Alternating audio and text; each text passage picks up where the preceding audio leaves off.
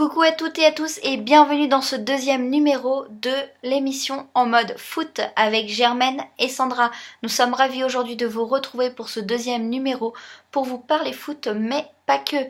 En effet, aujourd'hui nous avons au sommaire le point foot, le point insolite, le point gourmandise et pour terminer le point surprise.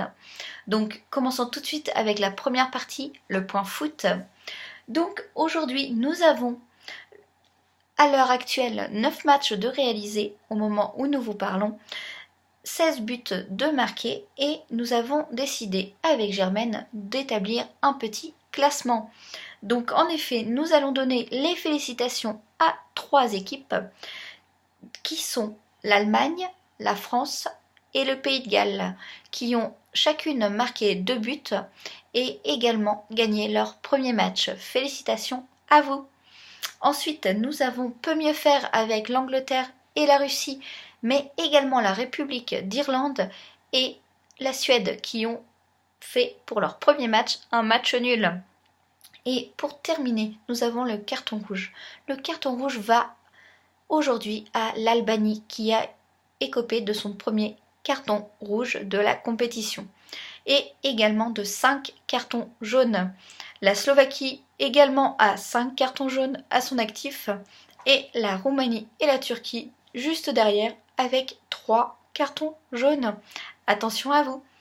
Donc voici pour le point foot. Maintenant, nous allons passer à la deuxième partie, le point insolite. Alors, Germaine, aujourd'hui je voulais te parler de quelque chose d'assez insolite. En effet, est-ce que tu as connu Paul le Poulpe? Est-ce que vous l'avez connu, Paul le Poulpe? Eh bien, il y a un successeur à Paul le Poulpe. Et il s'agit de... Attention, de Flock le Pingouin. Et voilà, après Paul le Poulpe, pour diagnostiquer et pronostiquer les résultats des matchs, nous avons Flock le Pingouin pour réaliser les pronostics. Et d'ailleurs, pour un exemple, un des pronostics qu'il a donné étant l'Allemagne vainqueur du match contre l'Ukraine, excusez-moi, et contre l'Ukraine pour justement qu'il avait très très bien pronostiqué. Donc, affaire à suivre avec Flock le Pingouin. Ensuite, pour la troisième partie, nous avons le point gourmandise. En effet, eh bien, l'histoire, c'est un pizzaiolo à Pornichet qui, parce que l'équipe de Suède est basée dans la région, a décidé de nommer une de ses pizzas Zlatan. Donc, si vous adorez les pizzas et que vous êtes dans la région, pourquoi pas aller goûter cette pizza Zlatan. Voilà, donc maintenant, nous allons passer à la quatrième et la dernière partie de cette émission d'aujourd'hui.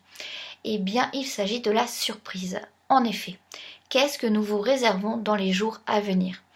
Dans le rendez-vous en mode foot, nous avons une toute nouvelle rubrique qui va arriver, qui est la rubrique invité du jour.